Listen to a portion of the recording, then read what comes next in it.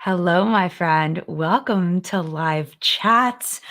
Today's going to be an interesting one. I've done videos similar to this in the past, but the FTC keeps adding these extra layers. So I like to revisit this topic every once in a while. I think last time I talked about it was about a year ago, so that we know as consumers what the expectation is of influencers, of celebrities, as far as keeping us knowledgeable about their connections with brands. So we're going to talk about why this is important, why influencers need to be held accountable for disclosing their relationships with brands and not manipulating their audience.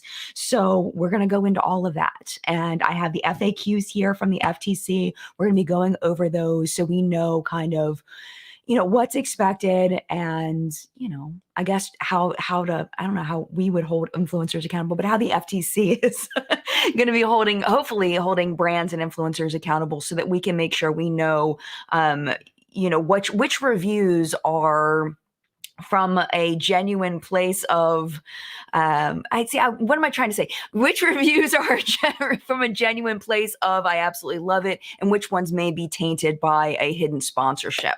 So if that sounds interesting to you, we're going to get into that in a second. And yeah, let's go ahead and quickly say hello to the people that are here live in the collective brain of makeup awesomeness. People here in live chat, we're going to be talking about all of these things with, and they're going to be weighing in their thoughts. Good morning, Mel. So good to see you. Good to see you, Diana. Good to see you, Janice and Elizabeth. Good morning. And Jilly and nice Gigi. Good to see you in Minnesota. I don't see you in Minnesota. I see you here, but good to see you.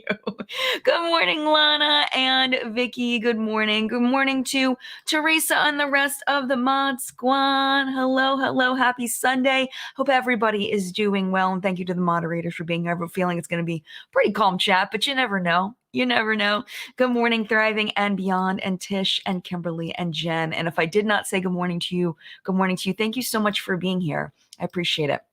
I find this topic absolutely fascinating, and I'm constantly holding myself accountable for making sure that I follow the FTC guidelines as far as, making sure that my audience is well aware of any connections I have with brands. But it is difficult to do, and I will say that I do feel that disclosing relationships with brands does, I think, sometimes it has the opposite effect in that you hope that people will appreciate the honesty and that people will appreciate the disclosure. But I do think that some people see that as when you get something in PR, that it's obviously going to be a biased review because you've received it in PR.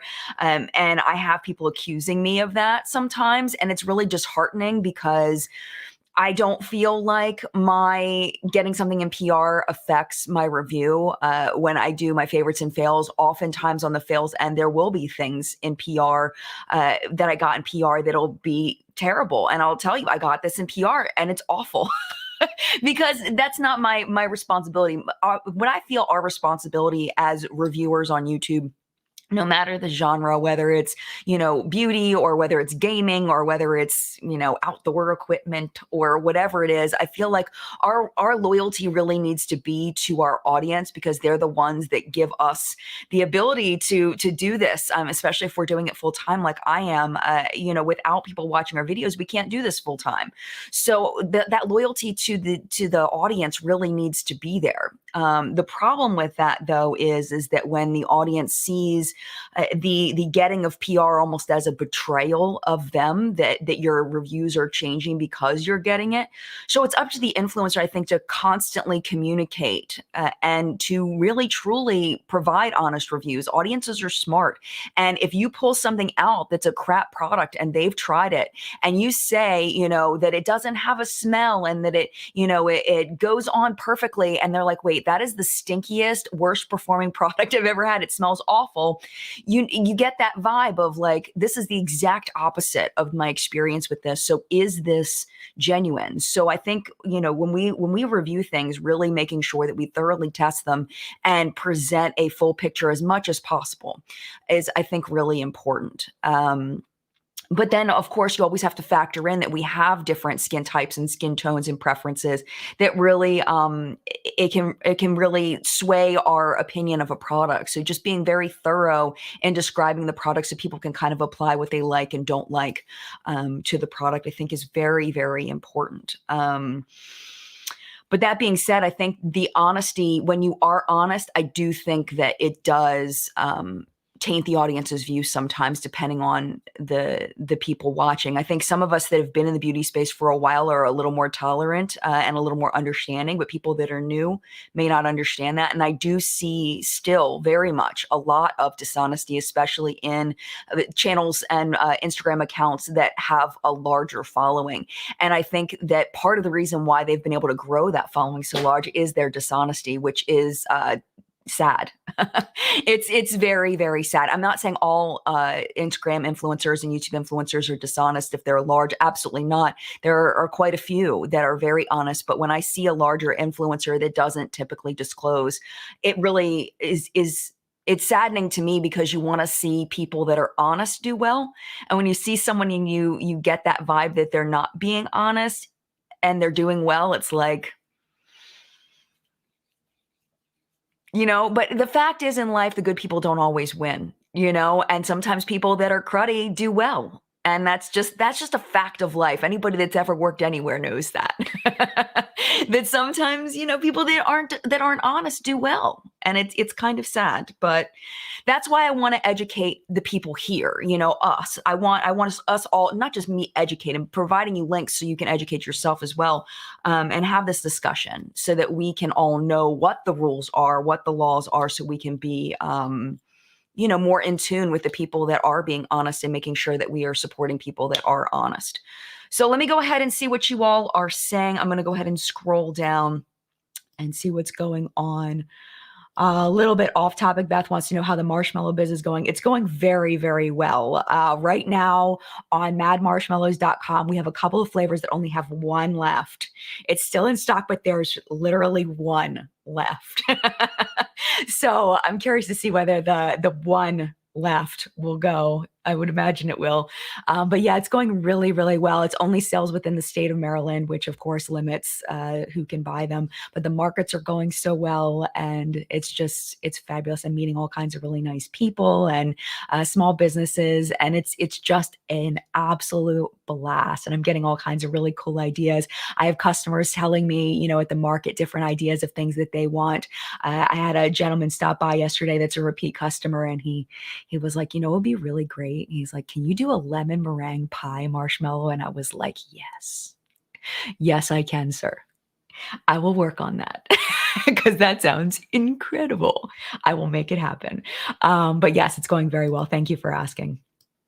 And we will talk about influencer brands and whether they need to disclose it. So like if Manny MUA always has to say Lunar Beauty is his brand, we're going to talk about that in just a minute. So like when I talk about Mad Marshmallows, do I always have to say that it's my brand? All right. Milena says, without feeling betrayed when an influencer reviews PR, I see added value when they buy the product because it's not the same when you also spend money, in my opinion. Yeah. And I think that comes down to the influencer being able to trick their mind into thinking, if I spent my money on this, how would I feel? But I don't think that you can fully ever completely commit to that thought. I think when you physically see that money leaving, it creates a thing that you can't manufacture when it comes down to it. But I do think that you can really place your mind in, if I paid full price for this, would I think that it was worth it? But I agree with you that there is a thing when you actually buy it that changes things. But then if you think about it too, there's another aspect of it where if the person is just wealthy and they don't feel the loss of $10 or $50 means nothing to them, is that going to, like, how is that going to make them feel versus somebody where $50 is a bill, you know? So I think it's such a subjective thing. It's difficult. That's a hard one. But I do agree with you, Milena, though, that there is something unique that happens in the mind when that money leaves. I do think so. After doing this for a long time, I think I was in denial for a little while, but just very quickly, Gigi, key lime pie does exist. I'm just not selling it yet. I'm going to wait a little bit. I'm holding back on that one. It's a real good one, though. It's real good. Oh my gosh, you guys are saying all the ones. Yeah, that one exists too. That one's coming. Finding the funfetti chips to go in it, that was hard. Sorry, I'm like going back to marshmallows because it's just like my passion right now. I'm loving it so much. All right. So let's go ahead and let's talk about, yeah, okay, Casey, this is a great point. Yes, sorry, I have like a fuzz on my lip. Yes, the verbiage partnering is confusing. I feel like hashtag ad should be the standard on partnered posts. And I think that's really important because not everybody knows what partner means. And that's part of what the FTC is trying to get across. So let's talk about it. Just so you know, I did talk about this in What's Up in Makeup. The FTC sent out these notices to people. Oh no, I got rid of my screen here. Hopefully I can find it. There it is. FTC puts hundreds of businesses on notice about fake reviews and other misleading endorsements. So over 700 companies got this notice. It's called a notice of penalty offenses, but it doesn't mean that they have any penalty offenses.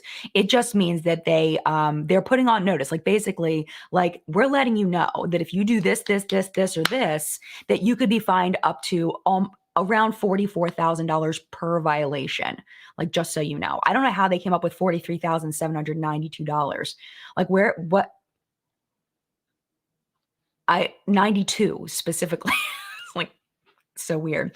But anyway, so the link down below, there is a guide that says the FTC's endorsement guides, what people are asking. And I copied and pasted and kind of paraphrased some of it because it's really, really long.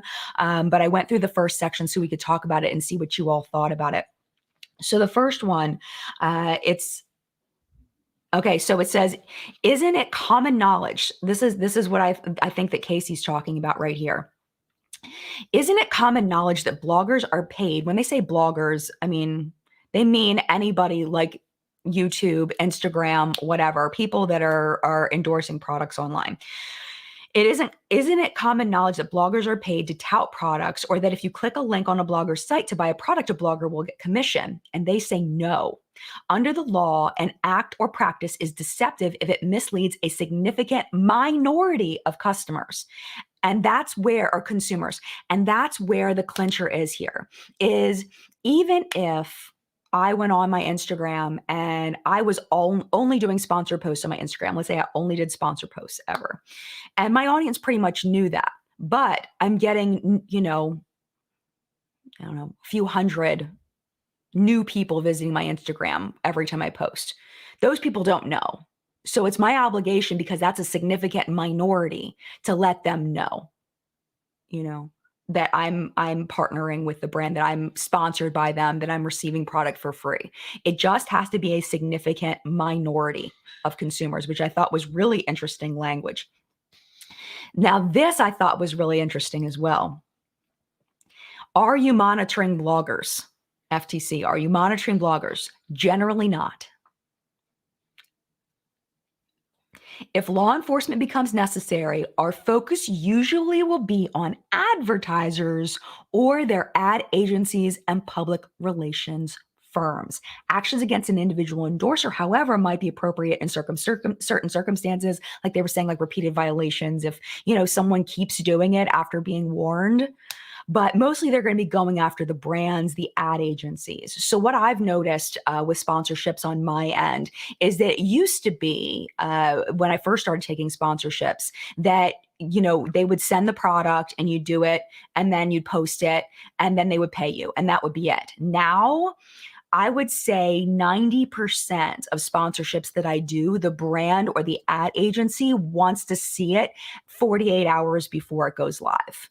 That's why in What's Up in Makeup, you're not necessarily seeing me as much doing them live. Like I might not, this is what eyeshadow I'm wearing today. I might not be sitting here saying this is a great product, blah, blah, blah, blah, blah, blah, blah, because like I'm doing it in my bathroom, I'm doing it and on my patio, I'm doing it wherever because I had to film it ahead of time, send it to the brand for review so that they could make sure that I'm doing all of the things to keep them legally safe.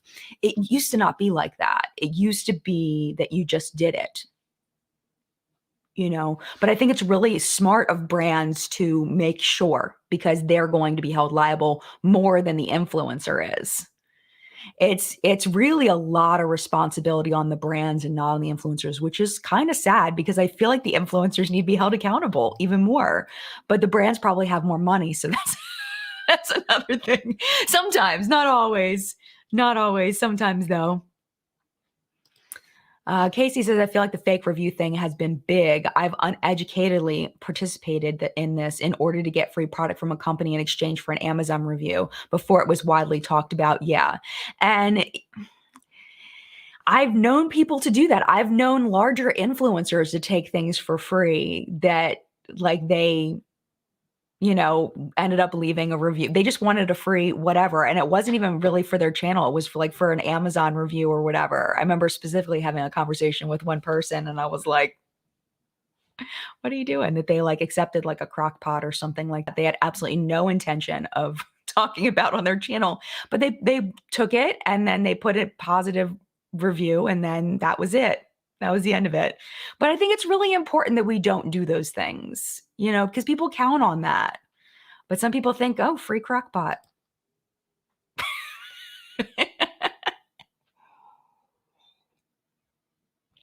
So, and it wasn't spread to their full audience. It was like an Amazon review.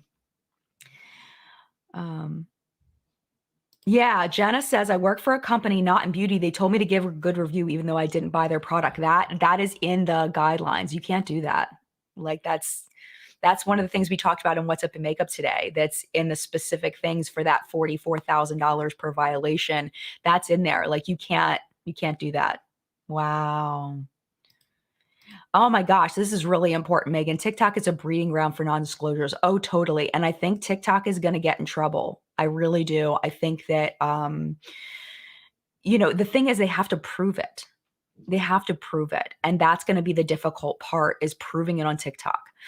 But hopefully they do because I felt like that. You know what I felt the most duped on when it came to TikTok was that Kat Von D, whatever Apple Foundation. I saw people that I thought I trusted reviewing it positively. And then I never bought it. But when reviews started coming out on YouTube from people that bought it, it was awful. The reviews were awful. And people were really like hyping that up on TikTok. So I don't know if they were just sent product for free. I don't know if they were paid to post those, but I lost faith in quite a few TikTok influencers because of that, with that Good Apple Foundation.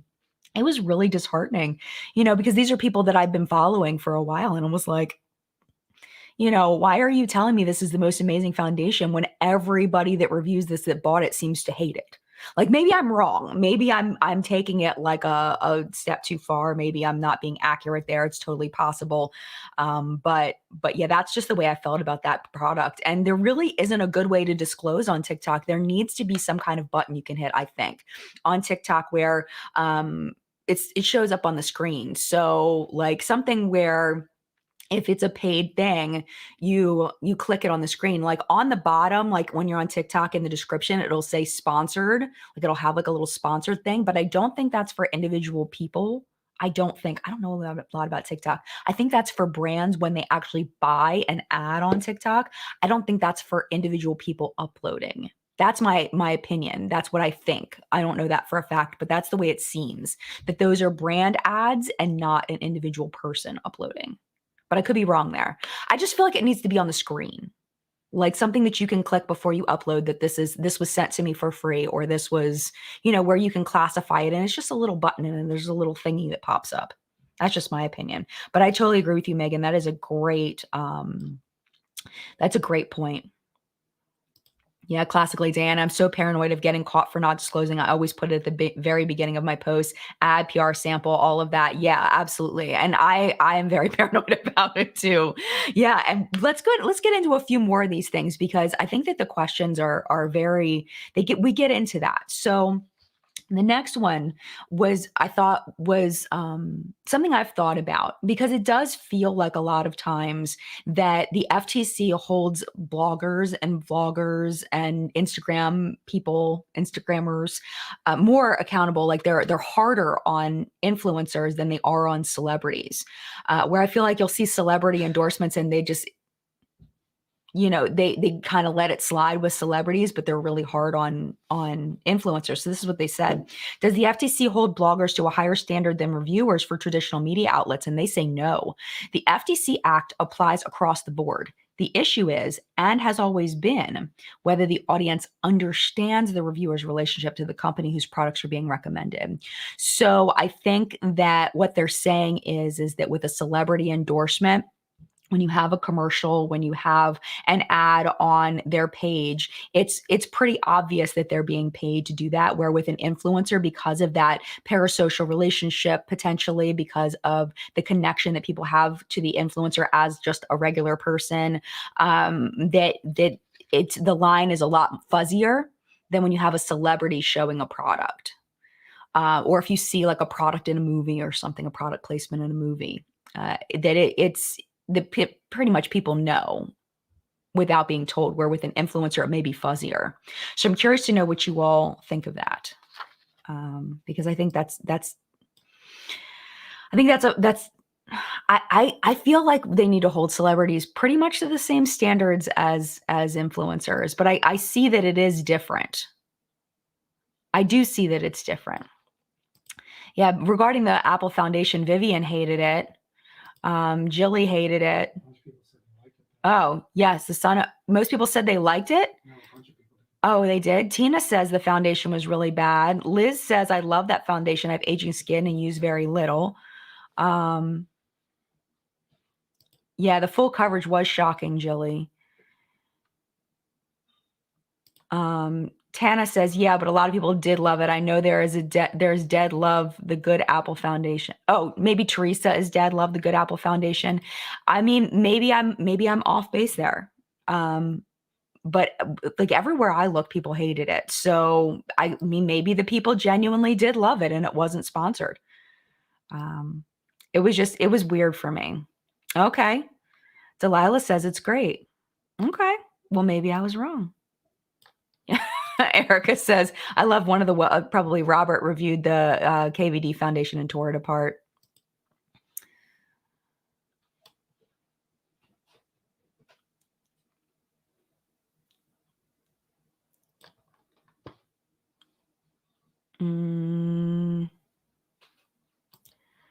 Interesting. Mari says they probably hold influencers to a higher standard because it's their job to influence. That's a good point. That's a really good point. Where that's kind of like what they do for a living. What influencers do for a living is to influence people to purchase things. I mean, that's a good point. I don't know. I don't know. I feel like later on I'm going to have more to say about that than I do in this moment. That's when I have to let sink in a little bit. Yeah, notice how many influencers say not sponsored now when they didn't before. Yeah, and they don't have to say not sponsored, but I think that, there's such a skepticism as far as dishonesty in the beauty space that that people feel obligated to say not sponsored. And I do it. I say not sponsored, or I say, I bought this with my own money, even though I don't have to. Yeah, Jen says, I think it depends on the context. There are some celebrity ads that are clearly ads, but when it comes to stuff people talk about on their own social accounts, they should be held to the same rules. I think so too. Like, if you got Reese Witherspoon, and she's talking about some kind of, I don't know, smoothie or something. I don't know. I'm just making this up. It would be good to know whether the smoothie company sent her the smoothie or not, or whether she just genuinely really likes it.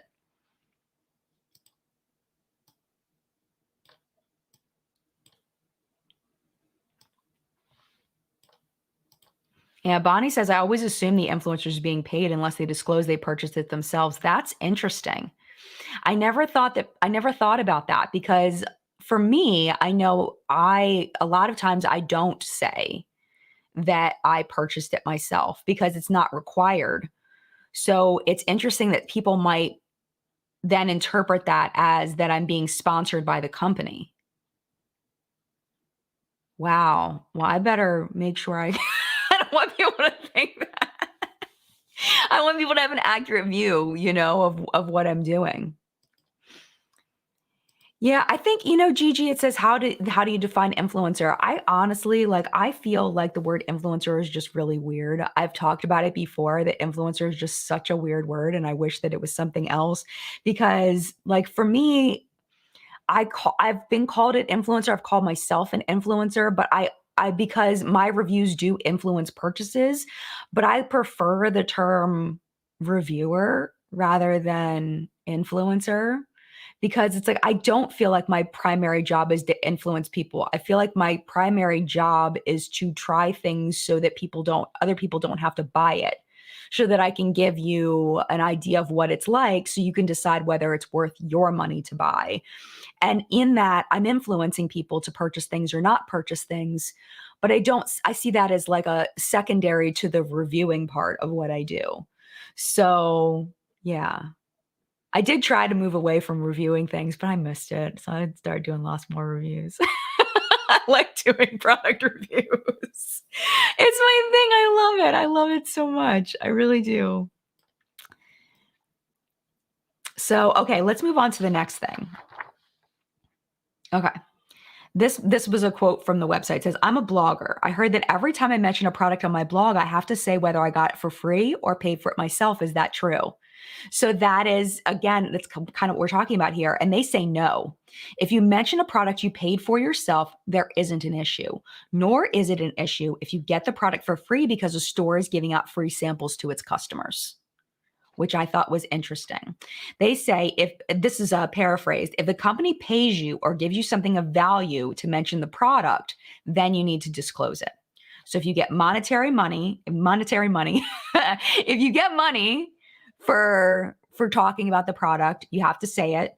Or if you get something of value to mention it. And sometimes that's the product itself.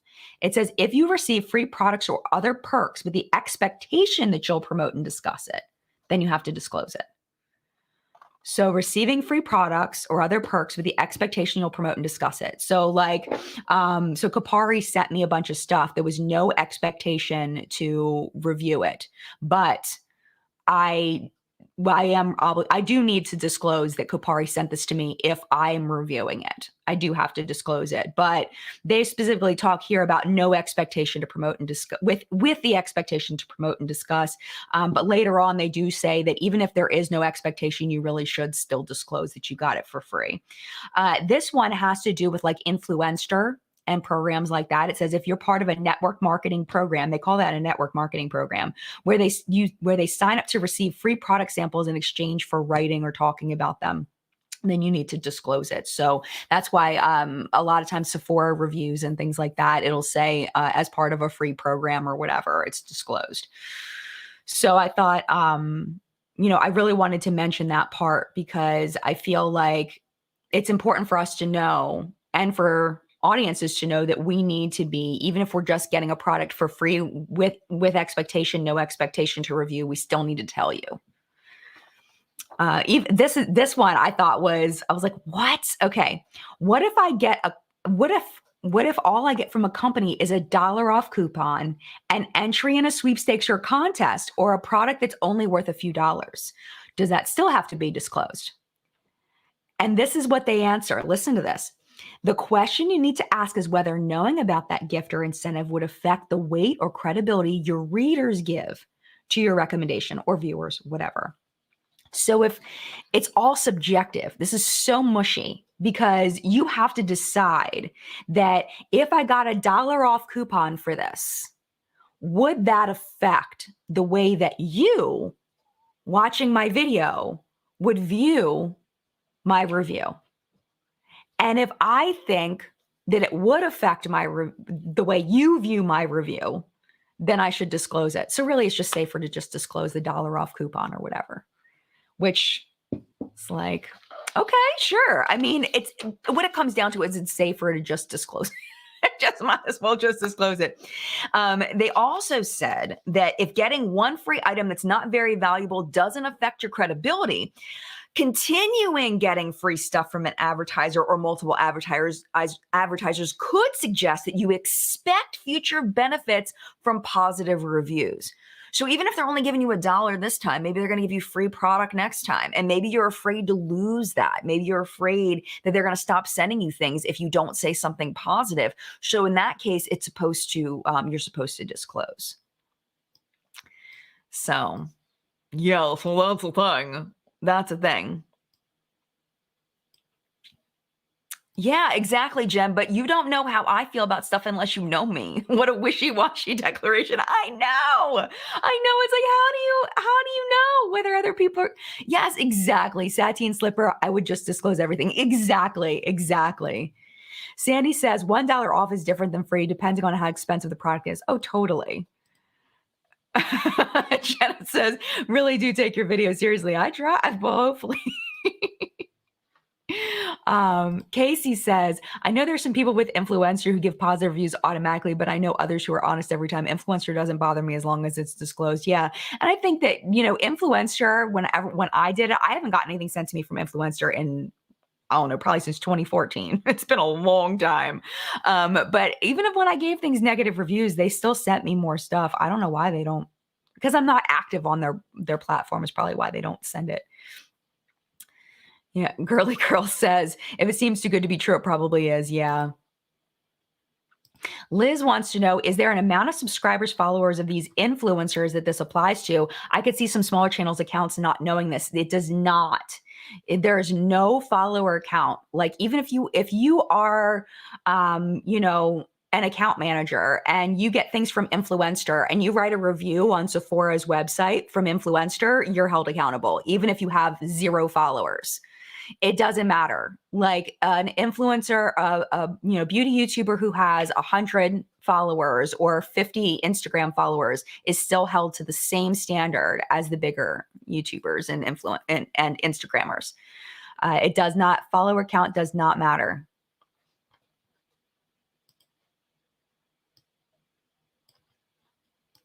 JK says, when you get PR and give a good or bad review, I trust you either way because I've seen enough bad reviews that you got in PR. Yeah, I give them all of those. I do kind of feel like, okay, so like, for example, I love Koki Cosmetics. I'm a big fan of the people there. They're wonderful. This mascara is awful. It's so bad. They just sent this to me. And they sent a couple other ones and I'm scared to open them and try them because it's so like, it's like nothing. Like how, and it makes me so sad because I really do like the people over at Koki. And it's just like, why is this happening? Why? I want to love this and I don't. It's the Maxed Out mascara. It's just not good. That made me sad. It makes me really sad. Because I wanted to love it, but I don't. And I've known people in the past. There was a bigger influencer that admitted to this a while ago, but I'm not trying to name names, but they had said that when they don't like something, they just don't talk about it, which is an option. I mean, that is a valid option. That Koki's sending this to me because I love them. I'm just not going to talk about it. Like I'm just not going to tell you that it sucks. I will tell you that there's been some indie brands that I've purchased things from where, or they've sent it to me in review where the quality was awful. It just was not good. So I just didn't tell you about it because I did feel bad. I didn't want to say anything negative about the small company, to my audience. And it just made me feel bad. So that's really, that's really the only time I've done that. But I do think that it's better to just be honest. And if I could shut off that part of my soul to like talk about some of these indie brands, then I don't know. Like I'm still kind of torn about, like I'm looking at a product right now that I really didn't like. That was something I purchased from an indie brand. And it's just like, just makes me so sad. So it's tricky. But I do think it is an option to just not talk about things you don't like. But I do think it hurts your credibility when you never talk about things that you got in PR. You never talk about them negatively, especially large brands. It's like, you know, the reach of them is so wide, and you can really help people with their purchases when it's a new popular product or something that's really in the forefront. So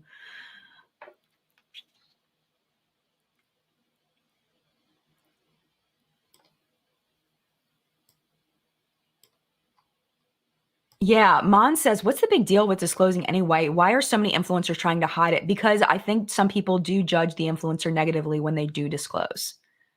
I do. I think that some people will stop following when they do disclose. I've noticed that because they feel like the person is going to be biased. So a lot of some influencers, I won't say a lot, but some influencers will not say it specifically because they know they're going to lose followers if they do disclose. So, or lose credibility, which is sad because I think a lot of people would rather it be disclosed. I think I would say probably most people would rather it be disclosed. All right, so let's take a quick break and let me talk about what's on my face today, and then we'll get back into the next thing, which is, okay, about getting it. Okay, we'll get there. All right, real quick. So on my eyes today, this is purchased, which I don't have to disclose that it's purchased, but it is. This is I got this as part of the Ollie Glines collab with ColourPop. This is the That's Taupe palette. And I have a lot of fun with this palette. I really enjoy it a lot. I use on my eyes these lighter guys up here, this guy down here, and then these two shades are what's on my lid. And it's a beautiful palette. It's beautiful. Also purchased is the Hendash eyeliner. I'm playing with this. I really like this a lot, but full review is coming. This is only the second time I've used it. So full review is coming. The rest is PR. So all my blush today is Dusty Rose from Makeup by Mario. It's the shade right here. That's what's on my cheeks. And then for lips, Milani. This is the one I use all the time. This is in Tied Up. This is like my favorite lipstick from Milani. It's so good. Again, scent and PR. And then eyeliner. I started using a little bit of a lower lash line eyeliner, which I haven't done in a while. This is the Makeup Geek liner in Slate. I usually use eyeshadow on my lower lash line, but I'm really enjoying this pencil a lot. And then the Makeup by Mario one in the inner corner. Again, both of these scent and PR.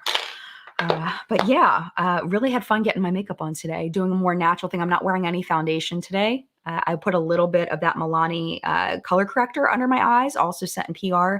I use that all the time when I'm not wearing foundation. That's like a thing. So yeah, so that's what's on my face today. I see a lot of people mentioning individual influencers. I'm going to try not to talk trash about individual influencers, but you have a right to your own feelings. I don't want to go there.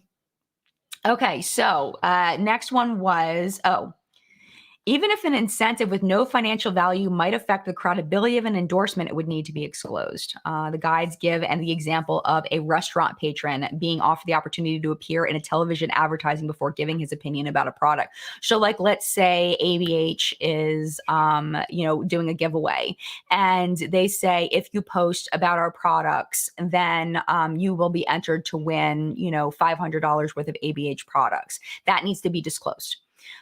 Because the only reason why you're using the product is because you're entering a giveaway for the potential, and that could affect people's view of your endorsement of the products.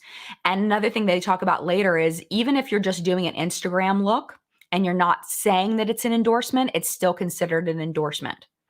Even if you don't physically say it, even if it's just a photo of you wearing it, your relationship with the brand must be disclosed. So that's a thing. That's going to be in on it. Hopefully we get there. Okay. But the whole thing is linked down below if you want to read it. The FTC, where is it? The article is called The FTC's Endorsement Guides, What People Are Asking. And I have it linked below if you want to read the whole thing. Next question was, what if I upload a YouTube video that shows me reviewing several products? Should I disclose them, that I got them from an advertiser? Yes.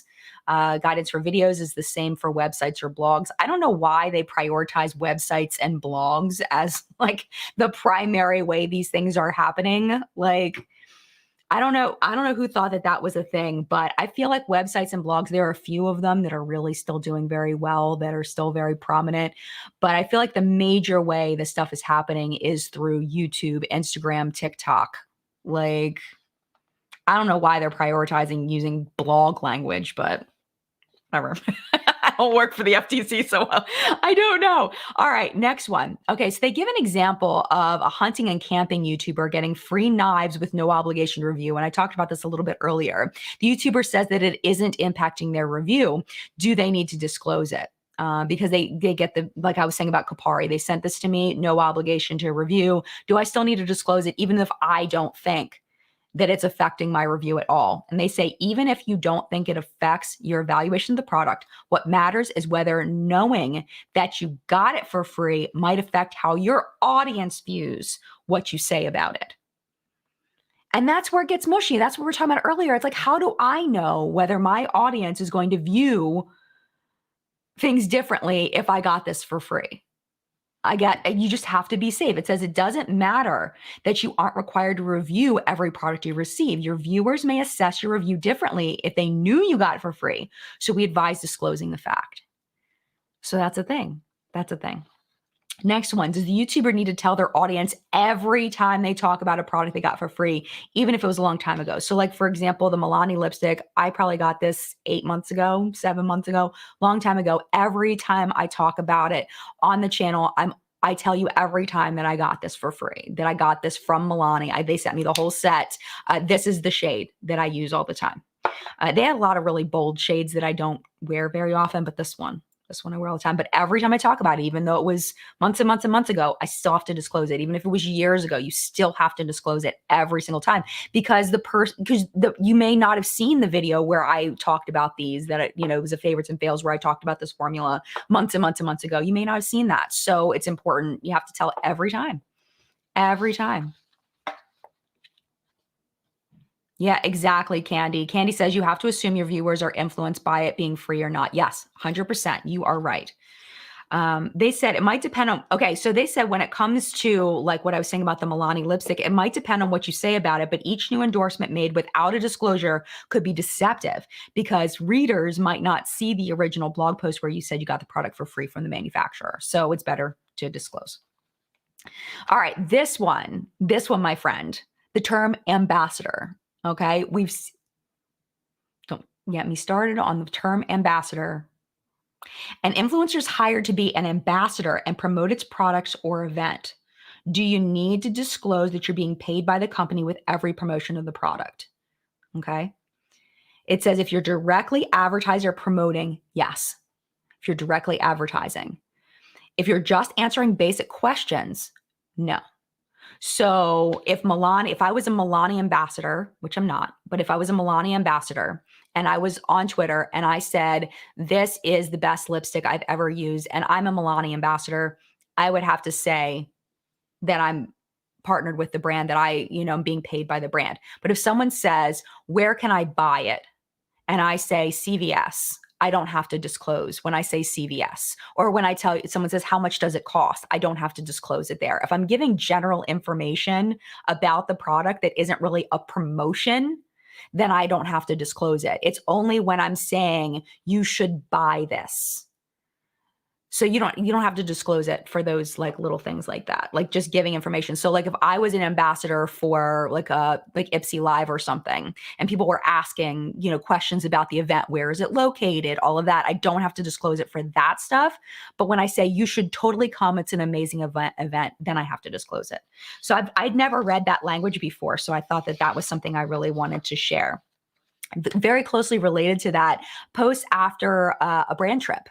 Do you have to disclose it? Yes, you must disclose it. If a brand takes you on a brand trip and gives you a bunch of product, you have to disclose that you were given that stuff for free. And you have to you don't necessarily have to give all the details of, that you were given this and this is how much it costs and these are the events that you went to and these are the outings you went. You don't have to give all the details, but you have to disclose that you have a relationship with the brand. Absolutely.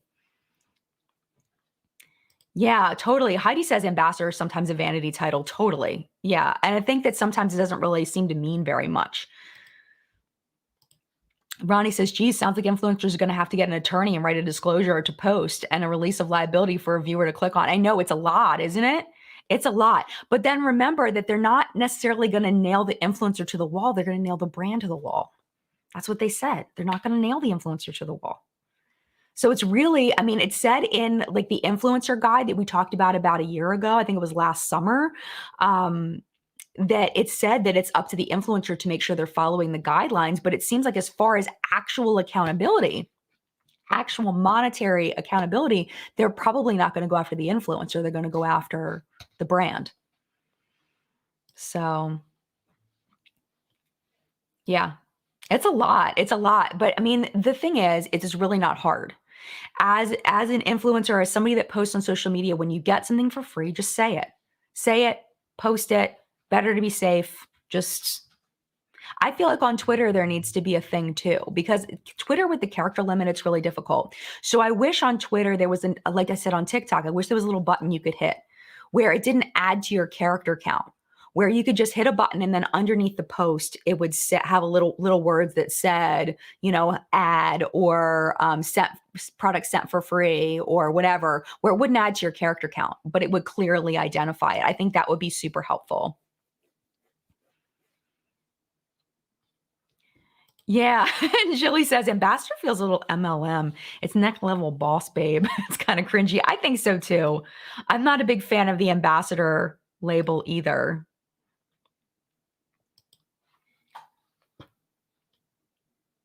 Yeah. Gigi says, what about disclosing for everything over the influencer's various social media accounts? It needs to be disclosed. It needs to be disclosed.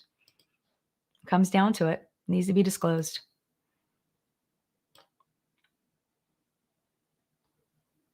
Yeah, Gretchen feels the same way. Oh, yes, ambassador is a joke term. I'm asked to be an ambassador for fake companies every time I post on Instagram and I only have 400 followers. I'm nobody. You are never nobody. Very important. I understand what you're saying, but you're definitely not nobody. Please don't ever feel that about yourself. Don't put that in your heart. You are everybody is somebody. And follower count does not make someone somebody. No matter what society tries to tell you, a follower count does not make anybody a higher quality of human or a somebody over somebody else. I just want to clarify that because, you know. But yeah, ambassador is kind of a joke term because you do get, I mean, it's a way for companies to kind of get people to talk more about their products to make them feel special. Mm-hmm, mm-hmm.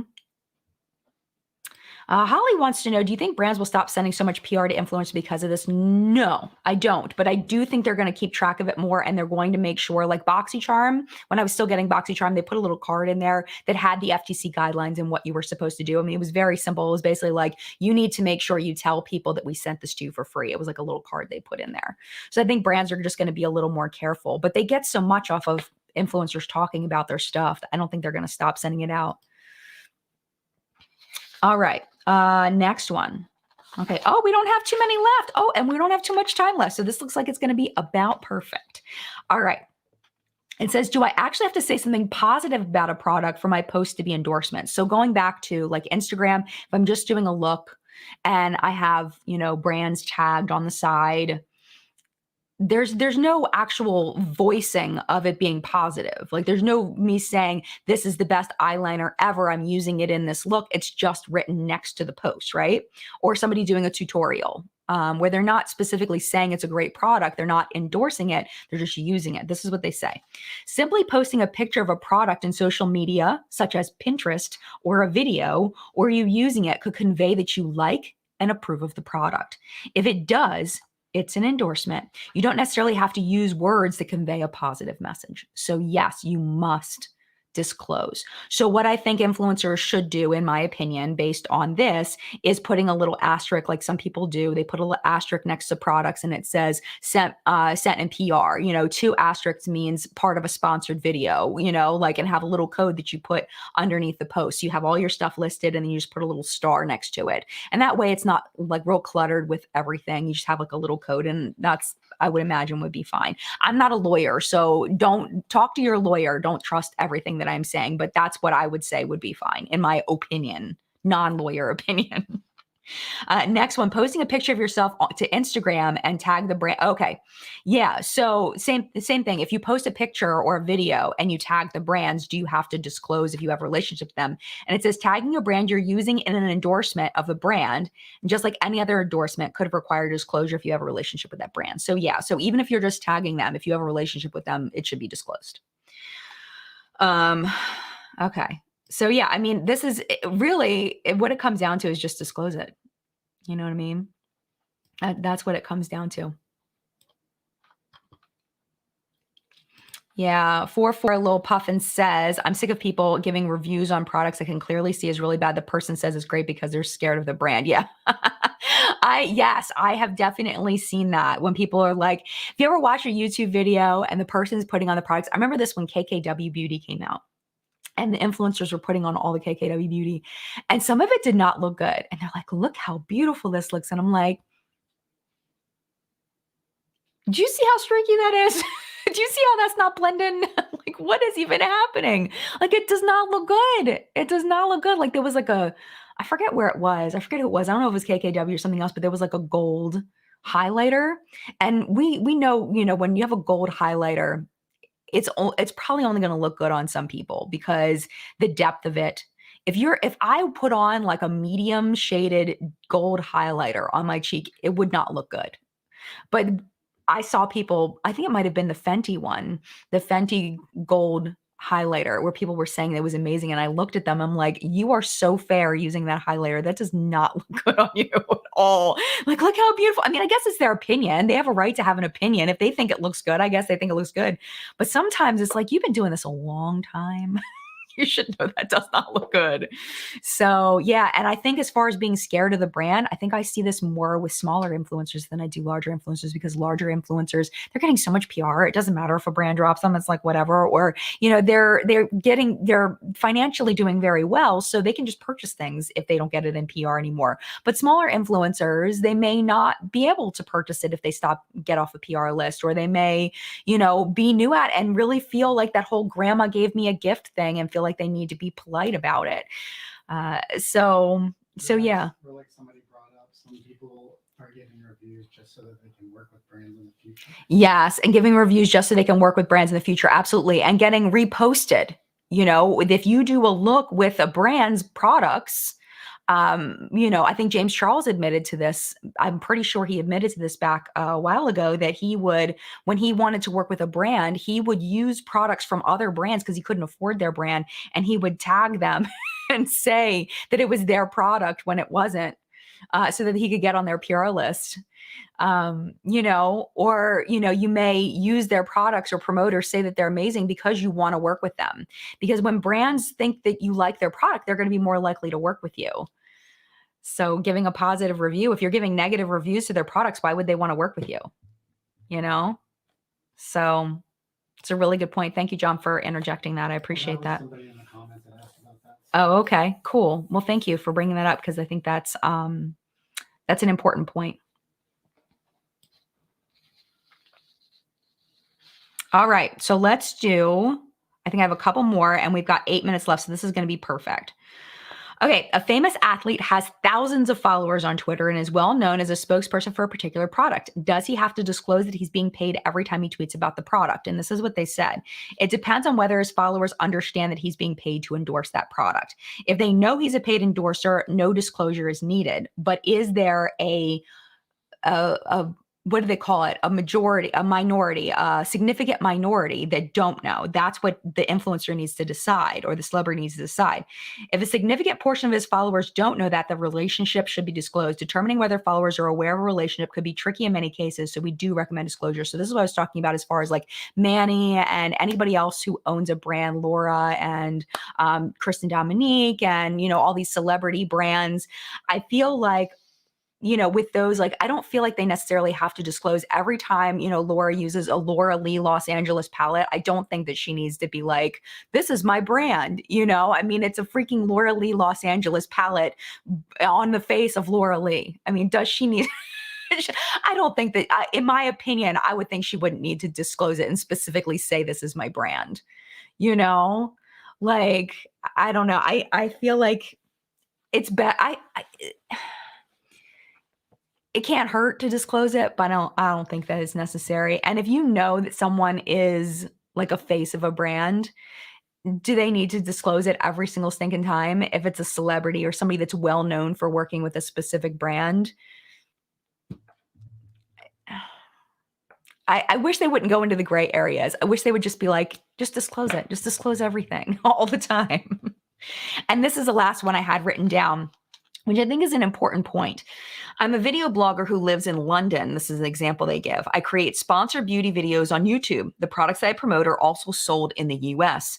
Am I under any obligation to tell my viewers I've been paid to endorse products considering I'm not living in the US? So if an influencer lives in a different country other than the US, do they have to follow the FTC rules? Are they under those rules because they live in a different country? And it says, to the extent it is reasonably foreseeable that your YouTube videos will be seen by and affect US customers, US law would apply and a disclosure would be required. Also, the UK and many other countries have similar laws and policies, so you want to check those too. So yes, if you have a significant amount of US viewers, even if you live outside the US, you have to abide by FTC rules. That's what that says. So, and we can look in our YouTube analytics. I'm not sure about other platforms, but I know in YouTube analytics, it specifically says what countries people are from. So it is their responsibility to disclose. Oh yeah, that's a thing. That's a thing. All right, let's see what y'all are saying. What am I missing? Somebody said Tom Brady sells Uggs, and it just made me laugh. Somebody said Tom Brady sells Uggs, and it made me laugh, is what he said, if you heard it. It is a weird partnership. That's a pretty weird partnership. Heidi says, Peter Mott has been asked to review products on his review channel, and he said many times, although he doesn't get paid, he would only do it as long as they don't mind, that it'll be honest. Yeah, and that's something that I always do. A lot, most brand, I would say 75 to 80% of brands that reach out to me asking to send me things, I tell them no, because I only have one face. And I can only try so many things, especially skincare, because skincare, you have to spend time with it. You can't flip. Like I can use this eyeliner today and another eyeliner tomorrow and another eyeliner the next day. It's very easy to review a lot of makeup if you have the time to do that every day. But skincare, you have to spend time. So I say no to a lot of brands. And I'm trying to, okay, so here we go. So when I do say yes to brands sending me PR, like for example, what was it? The Happy Dance wanted to send me some things, and they wanted to send me kind of like Kupari, they wanted to send me things with no obligation to review. And I said specifically, just so you know, like you can absolutely send it. It doesn't guarantee a placement on my channel, and it doesn't guarantee a positive review. Like as long as you're cool with that, here's my address. But I've been telling brands that for years. And I think it's really important to let them know because, when the brand sends out PR, it's not free. It's not free for them to send stuff. They have to pick and choose where they send it because they want to get the most ROI, the most return on their investment. So they have to be really careful not to send out a bunch of PR to people who aren't even going to use it. So out of respect for that as well, I don't want to accept products from brands that I know I'm not going to show you. I a lot of these skincare brands, it's like I look at the ingredients or the price tag. Some of these skincare products, $1,000 for a face cream or whatever. Like y'all aren't buying that. Nobody's buying that. Nobody's spending $1,000, and then they'll have it on sale for $400. And they'll say it's whatever percent off. I can't do that math in my head, but it'll say whatever percent off, all the time. But it's like $1,000 for this magic gold face cream. It's like, no. Because I would just rip it to shreds. Like I would probably maybe it hydrates, maybe it feels good, but for $400, no. For $1,000, absolutely not. So I'm not accepting that product, but everybody has their own lines. Everyone has their own moral compass of what they'll accept. And some people just accept everything, and if they don't want it, it either sits or they'll give it away or whatever. But I personally think that's a little bit irresponsible. I feel like as people that get PR, we need to be responsible with what we accept and making sure we don't accept things that we know are never going to show up on our social platforms. Or, making sure that they know that we are going to be honest and that they're okay with that.